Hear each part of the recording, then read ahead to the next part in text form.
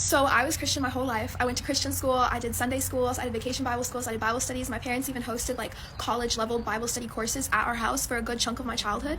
And even when I was like more agnostic in high school, I still believed in God. Like I believed that there was a God, a greater being of the universe, and that, everything's connected and has a purpose.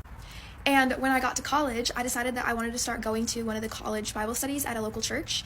And I went to go get a new Bible that had margins so that I could take notes, because I really wanted to get closer to my faith and become, a better follower of God. And while I was at the bookstore, there was also a copy of the Quran sitting on the shelf. And I remember thinking to myself, oh, well, that's the same God. Like, I would love to read this someday and understand how other people think and what they believe. Foreshadowing. So I take it home and I don't read it for like a year. Like a full year. I was like, nope, I'm focused on the Bible. I'm Christian. Like, I want to have like a very thorough understanding of the Bible before I read the Quran. Because I was going to read it as like an outsider, like just to understand what other people think, And so in that year, I was just really focused on the Bible, and I was going to church a lot. I was going to youth group every week. I was reading a lot on my own. I was taking notes. I was watching like lectures online. I was reading theology papers, like the whole thing. And every now and then there would just be like something I would read or come across, or something someone would say in a sermon, and I would just be like, I don't know about that. And it's anyone who's like gone through, doubting your faith, it's very frustrating. It's stressful, because you're like, no, like I believe, but like I just don't understand this thing. And so every time I would have those moments of doubts, I would literally just like take a minute, breathe, and I would pray. And I would pray something very specific. I never read it anywhere. I didn't like hear it anywhere. It just came naturally. I would use these very specific words. I would start by being thankful. I would tell God, like, literally, thank you for everything that you've given to me. I have so many blessings. Thank you. Thank you for all of them. Then I would say, by the way, you're the only one that I want to worship. Like, I don't want to go to anything else. I don't want to leave you. I don't want to leave God. Like, whatever you tell me goes. So I don't want to worship anyone else. I'm not asking for help from anyone else. I would ask to be guided and to be kept on a straight path. And finally, I would ask to not let me go astray and don't let me become a hypocrite. Y'all, this was my prayer for a year. It just came naturally. Sometimes it was in a different order, but it was definitely in that exact order at least a few times, with those exact words almost every time. And I would be praying this prayer like at one point every day, genuinely every day.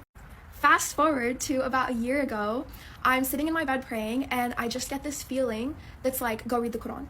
You've had it on your shelf for a year now. It's time to go read it. And I was like, okay, sure, I'll go do that. So I go and I get the copy that I had, and I read like a little introduction to the translation, like about the translator, and like a little bit like intro to Islam. And I was like, this is so cool, oh my god. And then I opened it up to the first 7 verses, Al-Fatiha, and if you're Muslim, then you probably already picked up on this with what I already said, but if you're not, this is the opening to the Quran in English. In the name of Allah, the most compassionate, most merciful, all praises for Allah, the Lord of all worlds, the most compassionate, most merciful, master of the day of judgment. You alone we worship, and you alone we ask for help. Guide us to the straight path, the path of those you have blessed, not those you are displeased with, or those who are astray. Ameen. And I literally remember sitting there after reading this, and the moment that it clicked in my brain that I'd already been praying this for a year, I'm not even exaggerating when I say it felt like a piece of my soul clicked into place. It felt so right, and I literally just remember like that same moment that click happened, the same feeling that told me to read the Quran said, you want a guidance? This is it. And I started crying. I tried to get up to like walk to a different room or something, and I literally couldn't stand. I fell to the ground, and I put my face on the ground like how Muslims pray, and at the time I did not know that that's how Muslims prayed, and I literally couldn't speak. The only thing that I could kind of get out of my mouth was thank you, thank you, thank you, thank you, thank you, over and over again. And yeah, so within 7 lines of the Quran, I knew I was Muslim, and I finished reading the whole Quran in English in about 3 months, and then I took my Shahada right before Ramadan, and yeah, it's been a year now, and oh my gosh, yes, that's my story, that's how I became Muslim. And in those 3 months that I spent reading the Quran, like, let me just say, I was blown away. I mean, I had things, literally questions I had since I was 7 years old answered for me. It felt like reading what I'd already believed. Like, basically, it was just all like, oh, I was Muslim my whole life, and I didn't even know it. I also didn't know this at the time, but like that prayer, Al-Fatiha, if you're doing all 5 prayers for the day and like with all the repetitions, you pray it a minimum of 17 times a day. And I had already been praying it basically daily before without even knowing. So yeah, I think, yeah, I'm so grateful that this is my story too, because, like as Muslims, like making sure you do salah on time and like your focus can be really difficult. So it's such a blessing that like literally if I don't feel very, focused in my prayer, I literally just get to slow down during Al-Fatiha and basically relive the moment that I realized I was Muslim. And yeah, I'll never get over it. I'll never shut up about it.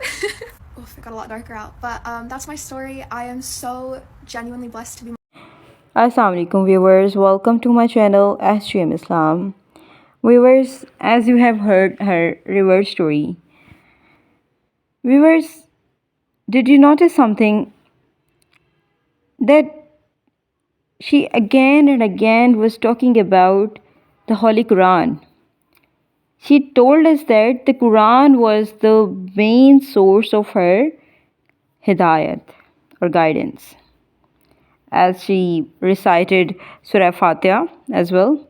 And it is very surprising to me that she is a reverted Muslim and she has remembered it. MashaAllah, Subhanallah. But even when she was not a Muslim and she read Surah Fatiha, she felt the same peace in her heart that led her to be a Muslim. This is what I'm trying to show you. That Quran has the power to change your heart, to change your mind, to change your soul.